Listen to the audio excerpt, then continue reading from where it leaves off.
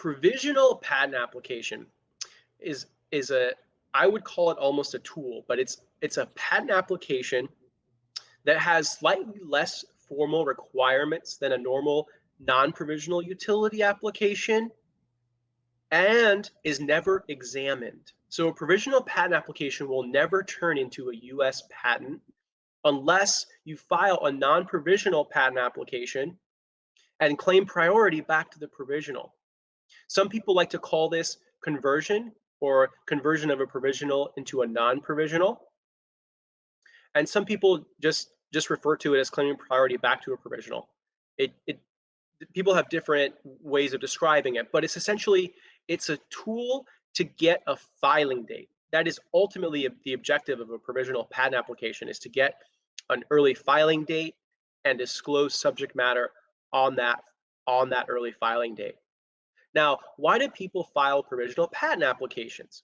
Why would you spend all the money, the effort, the time, and all the trouble in filing a provisional patent application knowing that it's never going to be examined? It's never by itself going to turn into a US patent.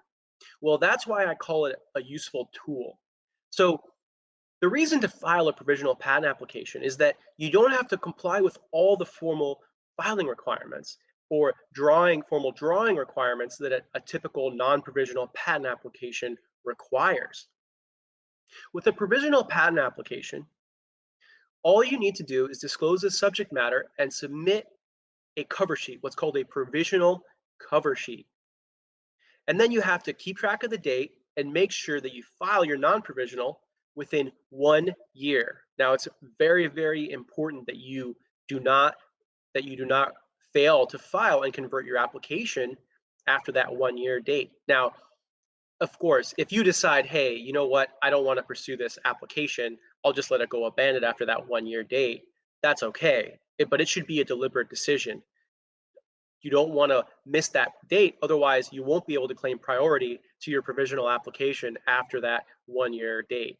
What happens if you, say, didn't file a provisional? Okay, well, first of all, what's interesting is that when you file a provisional patent application, you can still say you're patent pending.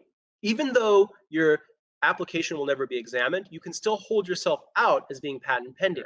But essentially, under the patent statute, once you offer your good for sale, as soon as your invention is offered for sale to the public, a timer starts. And once that timer exceeds 1 year, you are no longer able to pursue patent protection. That's called a bar to patentability. So the reason why you want a filing date is so that you will be sure that you have 1 year to claim priority back to it. Another really, really important reason as to why you want a filing date is because we are a first to file system now, not a first to invent. America used to be a first to invent system prior to the America Invents Act. But after the America Invents Act, we are no longer a first to invent system. So we're first to file. And what's worse is that they don't even necessarily need to file an application. They could merely just put the same product on the market before you and perhaps publish a blog post on it or publish a paper on their invention. And that would be what's called prior art.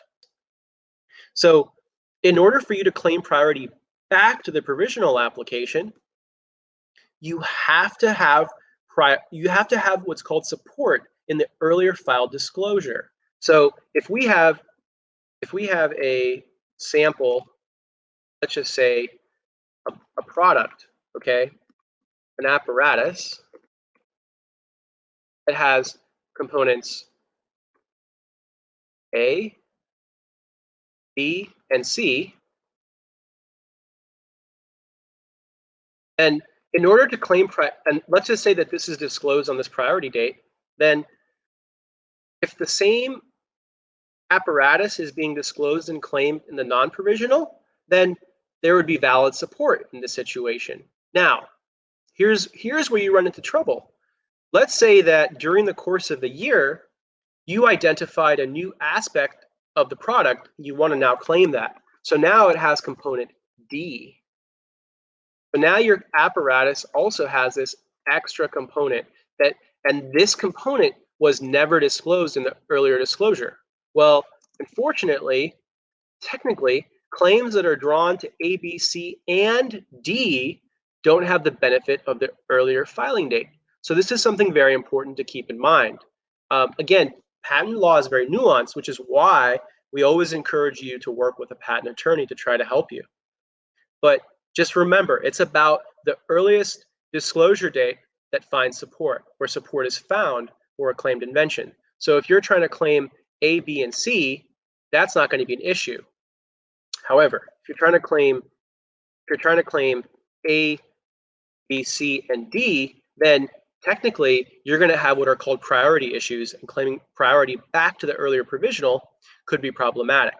In order to validly claim priority, the priority claim must be within 1 year of the earliest priority date in order to claim all the provisionals in the chain.